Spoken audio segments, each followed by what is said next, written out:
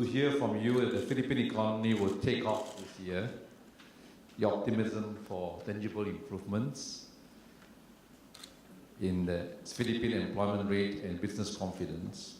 I understand that the recent survey conducted by the Social Weather Station in November 2010 revealed that 93% of Filipinos surveyed said they are entering 2011 with hope, which is up from 2009's 89% and just 2 points off the peak of 2002. Mr. President, may I ask given this newfound optimism, what would be the key economic development priorities and programs of the Philippines in the next 3 to 5 years? May we just explain a little about the numbers that you have just cited. 2009 was, they conducted the survey, we were expecting elections in 2010. And I guess the sense of optimism then being expressed was that there was going to be a change in the leadership. And 2010 did produce, I hope, the complete opposite of what my predecessor represented. And again, hopefully they will prove the truism in the School of Economics that says there is a sub-school called the School of Perceptions, and if people perceive things will get better, it will tend to have there will be a tendency to be a self-fulfilling prophecy. Okay. The economic, may just state the economic principles that we abide by. For too long, businesses have been treated as somebody perhaps to be pillaged rather than somebody to help nurture, because this sector provides the jobs, provides the revenues that empowers government to be able to do what it has to be done. So towards that end, the direction has been very, very clear. We will be friends with the business community. We will partner them. Of course, ethical business practices are essential to this.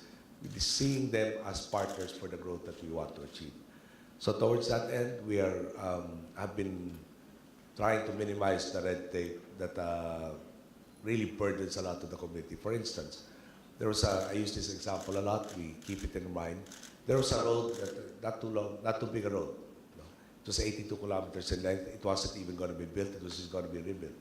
It took them 10 years to construct the project. And the reason for that was 2 years of actual construction, 8 years of negotiating the bureaucratic red tape maze.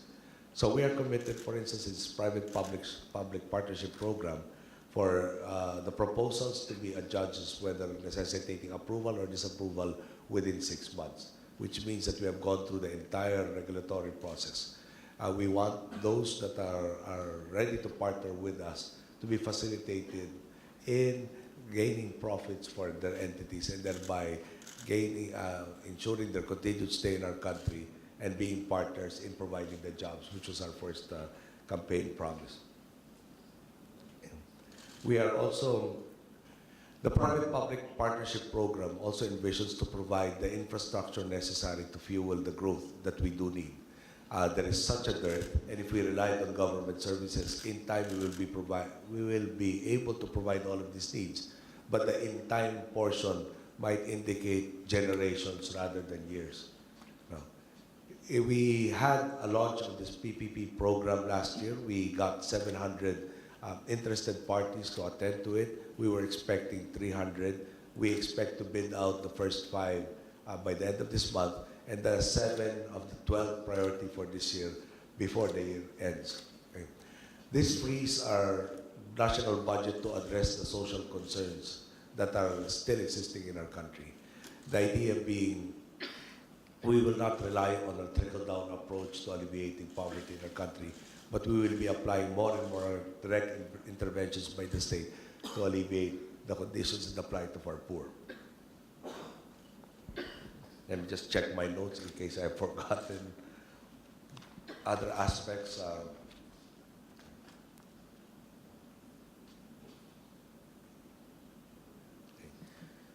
We also want to be as transparent as possible in the decision-making process because we pledge a level playing field where closeness to the powers that be is not the main determinant to who gets which projects approved, but rather the soundness of the proposal and the intended benefits will be the overriding concern as to which investment opportunities we will concentrate in further attracting to our country. Yes. There's a question that I would like to follow on. We have what are these sectors that these TPV projects will address? It's basically infrastructure projects. There is a dearth of infrastructure, for instance, in the transport sector. Metro Manila is composed of roughly about 12 million in population, with the attendant problems of such a dense population segment residing in this limited area. There have been relocation sites, for instance, for informal settlers that have brought them farther away from livelihood opportunities. So amongst the projects that I'm really very keen on seeing accomplished are light rail systems in 3 directions to have greater mobility between these places and the center of economic activity in the Philippines. There are ports that are both air and water ports that are also being envisioned, a rail system to cover the vast expanse of the country, and various energy projects and dams as sectors that we will be focusing on for this private-public partnership program. We have one more question. The Philippines and Singapore have diplomatic relations for 42 years. As we celebrate this 42th anniversary, what is the administration's cornerstone for this development of the closer bilateral relationship and also in the context of ASEAN? In the context of ASEAN, we are close neighbors. By air, we're just 4 hours away. We are both island states. So we have a little bit more islands. The connectivity issue is so essential. The idea of standing alone makes us easy to be pushed around by some of our bigger neighbors. So there are common interests, there are common problems, be it the global climate change, be it the question of ensuring the safety of our sea lanes. And there is power in numbers. We, together in ASEAN, we are a sizable economic bloc. We are the fuel that we are fueling the growth of the entire economy of the world. And it behooves all of us to work closer and closer together. So we view the continuing relationship as complementary in nature. Areas where we have comparative advantages, we would like you to exploit.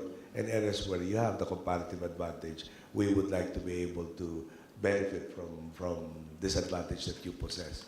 The end point being, we do not look ourselves as apart from the rest of the ASEAN community. We find ourselves more and more, shall we say, in tune and identifying with the rest of our ASEAN brother states in addressing the concerns that are common to all of us. Thank you very much. I understand that you have a pressing commitment for the next appointment, so I'd like to take this opportunity on behalf of the organizer to thank you very much for spending time with us. And I thank you for this opportunity.